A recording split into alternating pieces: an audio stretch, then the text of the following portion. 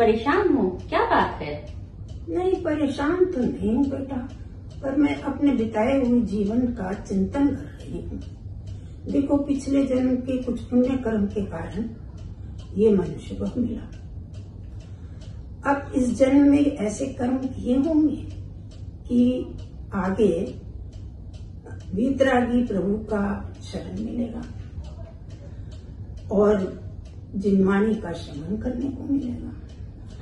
देखो, जब से चमन संस्कृति की क्लास में पंडित किरण प्रकाश जी ने 6 ढाला के स्वाध्याय में नरक गति और त्रियंज गति के दुखों का वर्णन किया है, तब से इस संसार से भय लगने लगा है। हाँ मम्मी, पिछली वाली क्लास तो मैंने भी आपके साथ अटेंड करी थी। हाँ। और पंडित जी ने बताया था कि त्रियंज गति के दुख तो ऐसे हैं कि लाखों जीवा से भी वर्णन करना चाहो तो तुम उसका वर्णन नहीं कर सकते। और वहाँ पे संक्लेश भाव से मरने से वो नरक गति को जाते हैं। वहाँ जहाँ की भूमि को स्पर्श मात्र में ही ऐसा लगता है कि 1000 बिच्छू एक साथ आपको डस रहे हैं।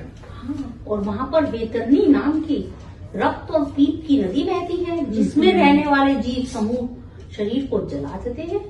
प्राणी मात्र को क्षण भर का भी सुख प्राप्त नहीं होता।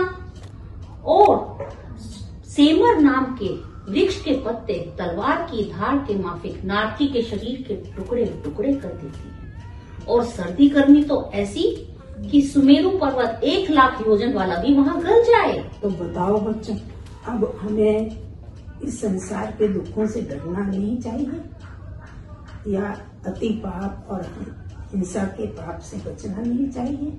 सही कहा मम्मी, आपने बिल्कुल सही कहा। और इन सब से बचने का एक ही उपाय है, जिनवाणी का श्रवण और सच्चे जैन धर्म को समझना।